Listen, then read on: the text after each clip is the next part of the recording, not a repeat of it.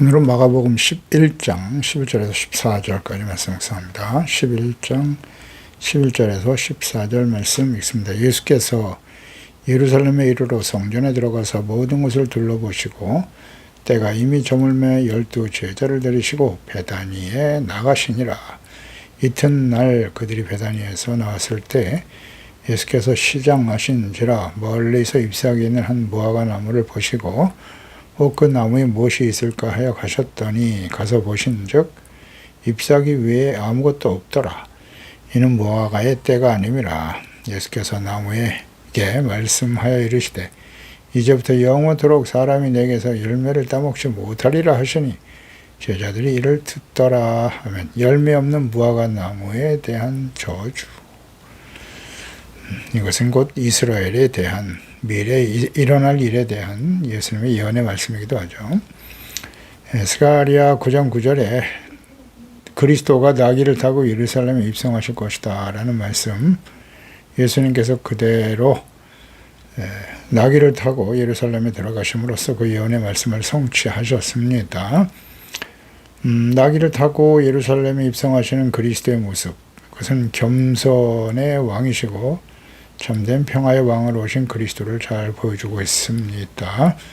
예수께서는 스스로 자신을 낮추시고 희생시키심으로써 온 세계를 복음으로 정복하신 가장 강력한 하나님의 아들 그리스도이셨습니다. 그 나귀를 타신 예수님의 입성은 곧 평화의 왕 메시아이심을 공개적으로 선포하신 것입니다. 예수님을 그리스도로 이 나라의 왕으로 오셔서 자신을 구원해 주실 것을 기대하며 호산나 찬송했던 사람들은 자신들의 기대와 달리 예수께서 힘없이 고난을 당하고 십자가에 사형에 처할 정도로 심각한 죄인이 되어버렸죠. 십자가에 못 박힐 때 모두 제자들까지도 예수님을 버리고 떠났습니다. 11절에 예루살렘에 이르러 성전에 들어가셨다. 그러니까 예수께서 예루살렘에 입성하셔서 가장 먼저 하신 일이 성전에 들어가서 모든 것을 둘러보신 것입니다. 예수님의 관심은 언제나 거룩하신 하나님께서 임재하시는 성전이었습니다. 그 성전이 이제 곧 무너질 것을 예수님은 아셨죠. 여기 성전이 아닌 자신의 십자가에서 죽으시고 부활하심으로써 이루실 새로운 구원의 길, 하나님께 나아갈 수 있는 길, 용서와 죄사함을 받고 생명을 얻을 수 있는 길이요 진리요 생명이 되심을 생각하셨을 겁니다. 예수님께서 예루살렘 성에 입성하신 후에 곧바로 성전을 방문하셨다가 다시 제자들과 함께 베다니로 내려가십니다. 예수님의 이러한 모습은 매우 중요한 영적 의미를 가집니다. 그 수많은 군중의 환호 속에서 예루살렘에 입성하신 예수님은 많은 사람들의 기대와는 달리 아무런 말씀이나 혹은 기적을 행하지 않으시고 그저 성전 주위를 둘러보신 후에 돌아가신 것입니다. 이는 그 다음날 벌어질 사건, 즉 성전 청결과 무화과나무 저주 사건의 소곡이라고 할 수 있습니다. 예수님께서 예루살렘과 그 안에 있는 성전의 겉모습만을 보신 것이 아니라 그 내면의 영적 실상을 꿰뚫어 보셨음을 알 수 있습니다. 겉으로는 화려하고 웅장한 성전이었지만 부패하고 타락하고 외식하는 대제사장과 서기관들, 공회원들이죠. 하나님을 바르게 예배하고 백성들의 죄를 용서하고 거룩함을 회복하게 하는 성전의 본질은 사라지고 돈을 벌기 위한 강도의 소굴이 되었음을 잘 파악하고 계셨던 것입니다. 그러니까 날이 저물 때 아무 말씀과 행동을 하지 않으시고 베다니로 내려가십니다. 베다니는 예루살렘 인근 3km 떨어진 곳에 위치한 마을인데요. 베다니, 가난한 자의 집이라는 의미를 가진 마을이에요. 이름 그대로 가난한 사람들이 모여 사는 빈민촌과 같은 곳이었습니다. 이곳에 나사로와 마르다와 마리아 3남매가 살고 있었습니다. 그래서 예루살렘에 오실 때마다 이 남매들과 함께 교제하셨고 죽은 나사로를 살려내시는 기적과 긍휼을 베풀어 주셨습니다. 12절에 이튿날 날이 밝고 그들이 베다니에서 나왔을 때 예수께서 시장하셨다. 배가 고프셨다. 이것은 단순한 육체적인 허기를 넘어선 것으로 보이죠. 왜냐하면 무화과 나무에 가서 열매를 기대하셨는데 열매가 없었다. 그러나 아직 열매를 맺을 때가 아니라는 거거든요. 그러니까 이것은 육체적인 배고픔을 의미하는 것이기보다는 영적인 의미를 담고 있다고 이해하는 것이 맞습니다. 분명 예수님은 하나님의 나라의 도래를 위해서 나라를 이 땅에 이루기 위해서 오신 것이고 또 언약의 성취죠. 아브라함으로부터 시작된 그 언약을 성취하기 위해 오신 것입니다. 아브라함의 언약은 복의 근원이죠. 아브라함의 후손인 이스라엘이 복의 근원이 될 것이다. 그래서 너와 너의 후손을 통해서 모든 민족이 복을 받게 될 것이라는 말씀을 하셨습니다. 그 언약의 백성들이 하나님께 합당한 열매를 맺기를 간절히 원하셨고 그들을 통해서 모든 민족들이 구원받아 하나님의 다스림을 받는 하나님을 알고 그 하나님의 다스림을 받는 하나님의 나라의 거룩한 백성들이 되기를 원하신 것입니다. 예수께서 이른 아침에 예루살렘으로 향하시면서 무화과나무를 보셨다. 그러니까 이스라엘 백성들이 마치 무화과나무처럼 겉으로는 무성한 잎사귀, 종교적인 형식과 의식을 가지고 있었습니다만은 정작 하나님이 원하시는 열매, 하나님을 경외하는 믿음, 순종, 거룩함, 의와 또 사랑과 자비와 공률, 믿음이 없었다. 이것을 상징적으로 보여주는 것이라고 하겠습니다. 당시 외식하는 대제사장들과 서기관들은 바리새인들은 크고 화려한 성전의 모습, 오늘날도 비슷하죠. 카톨릭 시대에 만들어 놓은 그 성당들을 좀 보세요. 마찬가지죠. 종교 개혁으로 시작된 개신교. 크고 화려한 교회를 짓고 수많은 교인들이 모이는 교회의 모습. 그 모양은 있으나 하나님의 자녀들이 마땅히 가져야 될 착함, 의로움, 진실함, 거룩함, 빛의 열매가 없는 교회와 목사, 재직들, 교인들이 모인 교회에 대한 주님의 실망과 책망을 촉구하시는 말씀이기도 하죠. 예수님은 형식적인 신앙생활에는 만족하지 않으시고 우리의 삶 속에서 진정한 열매를 찾으신다는 사실. 예수님의 배고픔은 육체적인 배고픔을 넘어서 영적인 허기였다는 것, 배고픔과 아쉬움을 잘 보여주고 있는 것입니다. 이 말씀의 의미는, 핵심적인 의미는 바로 거기에 있어요. 13절에 멀리서 잎사귀 있는 한 무화과나무를 보셨다. 그 나무에 무엇이 있을까요? 가셨더니 보신즉 잎사귀 외엔 아무것도 없더라. 이는 무화과의 때가 아니기 때문이다. 그렇죠. 무화과의 때가 아닌데 왜 예수님께서 그곳에 찾아가셔서 열매를 구하셨는가? 조금 혼란스럽기도 한데요. 이 말씀의 의도 자체를 이해하면 그렇게 어려운 건 아니죠. 열매를 맺을 때가 아닌데 예수님께서 열매를 찾으시고 저주하셨다. 왜 그렇게 하셨을까요? 이 말씀은 단순히 문자적으로만 해석하기보다는 당시 이스라엘의 무화과는 일반적으로 잎이 나기 시작하기 전에 작은 열매, 일명 파게라고 하는 작은 열매가 먼저 맺히고 후에 큰 열매가 열리게 되는 것인데요. 따라서 잎이 무성하다는 것은 최소한의 열매라도 기도할 수 있는 상태였다는 거죠. 하지만 이 나무는 잎사귀만 무성했을 뿐 그 어떤 열매도 없었다는 것입니다. 이것은 바로 당시 유대의 영적 지도자들, 대제사장, 서기관, 바리새인들과 이스라엘 백성들의 영적 상태를 대변하는 것입니다. 그래서 율법과 전통, 종교적인 형식적인 모양과 같은 잎사귀는 무성했는데 하나님을 경외하는 진실한 믿음과 사랑, 그리고 회개와 순종의 열매는 전혀 없었음을 예수께서 보시고 책망하신 것입니다.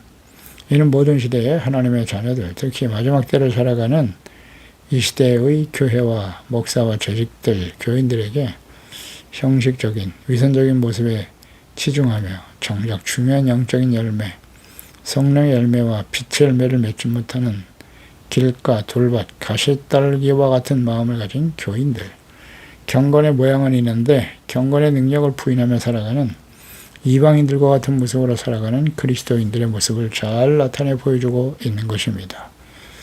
예수님의 배고픔, 이것은 영적인 갈급함이죠. 언약의 백성 이스라엘 향하신 예수님의 영적 갈망이에요. 의롭고 거룩한 하나님의 백성들, 하나님께서 다스리시는 하나님의 나라가 세워지기를 갈망하시는 하나님의 마음이고 영적 갈망이었음을 알 수 있습니다. 그 무화과나무를 보시고 혹 그 나무에 무엇이 있을까 하여 가셨더라. 그러니까 예수께서 무화과나무에 가신 목적과 이유, 열매가 있는가 하여 그랬거든요. 그러니까 열매를 기대하시는 하나님의 마음을 잘 보여줍니다. 그래서 무화과나무는 곧 이스라엘을 상징하는 것이죠. 하나님의 백성, 이 시대에 하나님의 자녀들과 교회를 의미합니다. 그러니까 잎사귀 외에는 아무것도 없었다는 거예요. 교회, 그리스도인에게 대한 주님의 기대가 열매라는 사실. 어떤 열매를 기대하시는가를 알겠죠? 우리가 맺어야 될, 그리스도인으로서 맺어야 될 열매, 요한복음 15장과 연결되어 우리 묵상하게 되죠. 하나님이 농부시고 예수는 포도나무고 우린 가지라고 하셨어요. 가지가 포도나무에 붙어 있으면 당연히 열매를 맺게 되죠. 그러나 예수 그리스도에게 붙어 있어야만 열매가 맺혀지는 거예요. 그리스도와의 연합이란 말이죠. 그러니까 너희가 나를 떠나서는 아무것도 할 수 없다. 열매를 맺지 못하는 나무는 잘라버리는 거죠.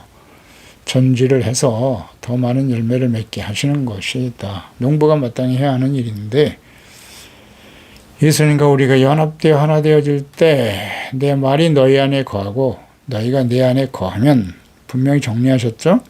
말씀이 우리 안에 거해야 되는 거예요. 하나님의 말씀을 듣고 지켜 순종하는, 또 성령 안에서 이것이 가능하다. 요한복음 14장 16절 이하에 성령을 약속하시면서 우리 안에 거하시겠다, 영원토록 함께 계시겠다고 하셨고, 성령이 우리 가운데 임하실 때 비로소 예수 그리스도가 우리 안에, 우리가 주님 안에, 하나님이 그리스도 안에 연합되어 하나가 되어진다는 사실. 그럴 때 어떤 열매가 나타날까요? 당연히 성령의 열매가 나타나겠죠. 성령의 열매와 빛의 열매를 맺으며 살아가는 것입니다. 이것이 주님의 기대인 것이에요. 우리를 구원하신 목적이고요. 그런데 그런 열매가 없으니까 모양은 있는데 종교적인 형식은 갖추고 있어요. 열심히 나가서 뭐 주일 성수하고 예배 드리고 11조도 드리고 헌금도 하고 뭐 봉사도 하는데 어떤 열매를 맺고 있느냐는 거예요. 잘 묵상해야 합니다. 열매가 없으면 그 가지는 잘려지는 거예요. 14절에 예수께서 나무에게 말씀하여 이르시되 이제부터 영원토록 사람이 내게서 열매를 따먹지 못하리라. 내게서, 무화과나무, 이스라엘입니다. 제자들이 이를 듣더라. 그러니까 예수님의 열매 없는 무화과나무에 대한 저주, 영원토록 사람이 너에게서 열매를 따먹지 못한다. 이건 단순한 저주가 아니라 열매 없는 이스라엘과 당시 거짓 목자들에 대한 준엄한 심판의 선언이지요. 그 이후에 예수 그리스도를 믿고 구원받은 교회와 그리스도인들에 대한 심판의 말씀이기도 해요. 이제부터 영원토록이라는 표현, 이 심판이 돌이킬 수 없는 것임을 말씀하고 계시죠. 이제부터는 하나님께서 약속하시고 보내신 하나님의 아들 예수 그리스도를 대적하고 거부하고 십자가에 못 박게 될 이스라엘, 그들이 복음을 받아들이고 회개하지 않는다면 영원토록 이스라엘, 즉 하나님의 선택된 백성, 언약의 백성이라고 자부한다고 해도 결코 구원의 열매를 따먹을 수 없을 것이다. 자신들과 모든 민족들에게 복의 근원이 되지 못할 것이다 라는 선포입니다. 이 말씀대로 2000년이 지난 지금까지도 말이죠. 이스라엘은 예수님을 영접하지 않고 인정하지 않죠. 그들을 통해서 구원받을 수가 없어요. 그들이 여호와 이름을 부르고 있고 금식을 하고 뭐 회당과 성전에 모여서, 성전도 없죠 지금은. 거기에 이방 신전이 세워져 있으니까요. 하나님의 이름을 부른다고 해서 그들이 구원과 생명을 얻을 수 있는 것은 아니다. 그 영원한 언약에 대한 분명한 이해가 있어야 돼요. 창세기 12장 1절로 3절이 언약인데 아브라함을 불러내시고 내가 너로 큰 민족을 이룰 것이다. 너에게 복을 주고 내 이름을 창대하게 할 것이고 너는 복의 근원이 된다. 너를 축복하는 자를 내가 축복하고 너를 저주하면 내가 저주할 것이다. 땅의 모든 족속이 너로 말미암아 복을 받을 것이다. 창세기 22장이죠. 아브라함을 이삭을 제단에 바쳐라 하는 시험에 온전히 순종했을 때 주신 약속의 말씀이에요. 내 아들 독자도 아끼지 아니하였은즉 22장 16절이죠. 내가 너에게 큰 복을 주고 내 씨가 크게 번성하게 될 것이고 하늘의 별과 같고 바닷가의 모래와 같게 할 것이다. 내 씨가 그 대적의 성문을 차지하게 될 것이고 내 씨로 말미암아 천하 만민이 복을 받을 것이다. 이는 내가 나의 말을 준행하였기 때문이다. 주님의 말씀에 순종했던 아들 독자 이삭을 제물로 드리라는 주님의 말씀에 순종했잖아요. 아브라함. 그래서 너의 씨로 말미암아 그랬어요. 이 씨는 이스라엘 백성들, 계속되는 이스라엘 백성들을, 아브라함의 믿음을 계승한 이스라엘 백성들을 의미하는 것이겠고, 궁극적으로는 다윗의 자손으로 오실 예수 그리스도를 의미하는 것이지요. 그리스도를 거부하고 대적하여 믿지 않는 언약의 백성 이스라엘은 결코 구원의 열매를 얻을 수 없습니다. 새 언약으로 오신 하나님의 아들 예수 그리스도, 예레미야 31장 31절에 여호와의 말씀이니라 보라 나를 이루리니 내가 이스라엘 집과 유다 집에 새 언약을 맺을 것이다. 이 새 언약이 하나님의 아들 예수 그리스도를 통해서 맺을 언약 아니겠습니까? 누가복음 22장 18절로 연결되죠. 내가 너에게 이르노니 내가 이제부터 하나님의 나라가 임할 때까지 포도나무에서 난 것을 다시 마시지 아니하리라 하시고 또 떡을 가져 감사 기도하시고 떼어 그들에게 주시며 이르시되 이것은 너희를 위하여 주는 내 몸이다. 너희가 이를 행하여 나를 기념하라 하시고 저녁 먹은 후에 잔도 그와 같이 하여 이르시되 이 잔은 내 피로 세우는 새 언약이다. 곧 너희를 위하여 붓는 것이라 말씀하셨죠. 그러니까 열매 없는 무화과 나무에 대한 저주는 이어지는 성전 정화와 연결되어 있음을 보여주고, 열매 없는 무화과 나무는 곧 강도의 소굴이 된 성전의 모습과 당시 이스라엘의 영성을 보여주고 있는 것입니다. 외적인 제사의식은 넘쳐났지만 정작 그 안에서 하나님의 뜻이 이루어지고 진정한 예배가 드려지지 않았기 때문에 예수님께서 그 성전을 청결하게 하셨던 것을 알 수 있고요. 잎사귀만 무성한 종교적인 의식만 있지 그 내용은 하나님 사랑, 이웃 사랑에 대한 구체적 실천이잖아요. 영생을 추구하며 찾아왔던 부자 청년 관원과 같은 모습이죠. 그것이 당시에 대제사장과 사회관 바리새인들의 모습이었고 유대인들의 영성이었습니다. 자신들이 어려서부터 율법을 다 알고 지켰기 때문에 완벽한 의인이고 자신들은 반드시 영생을 얻을 것이다 라는 생각을 가지고 있었지만 율법을 다 지켰다고 자신만만해 했잖아요. 그러나 정작 재물을 가난한 자에게 나누어 주고 나를 따르라 했을 때 하나님보다 재물을 더 중요시 여기기 때문에 따르지 못했던 것입니다. 그러니까 율법에 대한 형식과 의식은 있었는데 내용이 없다는 거죠. 내용은 사랑이 아니겠습니까? 이웃사랑의 구체적 실천. 그렇지 못해서 결국 근심하며 슬퍼하며 떠났던 것이죠. 그것이 당시에 이스라엘 백성들의 영적인 상태였던 거예요. 예수님은 너무나 잘 알고 계셨죠. 그래서 그 무화과나무를 저주하신 것입니다. 그래서 이 저주는 단순히 무화과나무에 대한 저주가 아니라 하나님 앞에서 위선과 형식에 빠져 영적인 열매를 전혀 맺지 못하는 당시의 언약의 백성이라고 자부하는 패역한 이스라엘, 또 외식하는 거짓 목자들에 대한 경고이자 심판의 말씀이었고, 모든 시대죠. 오늘날 시대 하나님의 자녀들 그리스도인들에게 주시는 경고의 말씀이기도 한 것입니다. 그래서 우리는 과연 주님께서 찾으시는 열매를 맺고 성령의 열매, 빛의 열매를 맺고 살아가고 있나요?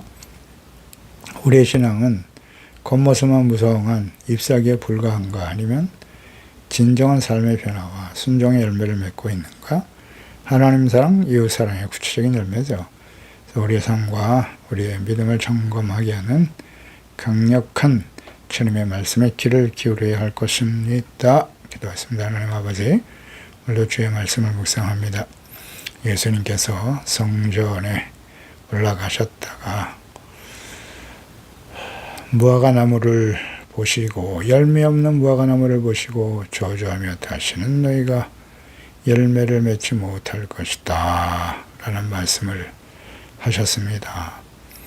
열매를 맺을 수 없는 때 잎사귀만 무성한 와가나무를 저주하신 내용은 당시에 종교적인 모습은 있으나 하나님 사랑, 이웃 사랑, 거룩한 죄의 자녀로서 맺어야 열매를 맺지 못하는 당시의 거짓 목자들, 또 유대인들, 이스라엘 백성들을 의미하는 말씀으로 하신 것이죠. 이것은 그 당시의 이스라엘 백성들뿐만 아니라 모든 시대, 특별히 마지막 때 예수 그리스도의 재림과 마지막 심판이 임박한 시대에 살아가는 교회와 하나님의 자녀들에 대한 경고의 말씀이 아니겠습니까? 열매 없는 나무는 잘려지게 되어 있습니다. 예수 그리스도가 우리 안에, 또 주님의 말씀이 우리 안에, 우리가 주님과 함께 동행한다면 마땅히 성령의 열매, 빛의 열매를 맺으며 살아가야 하지 않겠습니까? 열매 없는 가지는 버려집니다. 그런 거로 날마다 성령님께서 우리 가운데 임하시고 역사하소서. 이 말씀을 듣고 있는 저희들, 우리 소중한 자녀들만큼이라도 하나님의 말씀과 성령으로 거듭나고 충만해서 성령의 열매, 빛의 열매를 맺으며 오실 주님 앞에 영광스러운 모습으로 설 수 있게 도와주세요. 형식적인 예배와 위선적인 신앙을 빨리 벗어버리게 도와주시고 하나님을 사랑하고 이웃을 사랑하는 진실한 열매를 맺어가는 거룩한 하나님의 자녀들로 회복될 수 있게 도와주세요. 예수님의 이름으로 기도드리옵나이다. 아멘.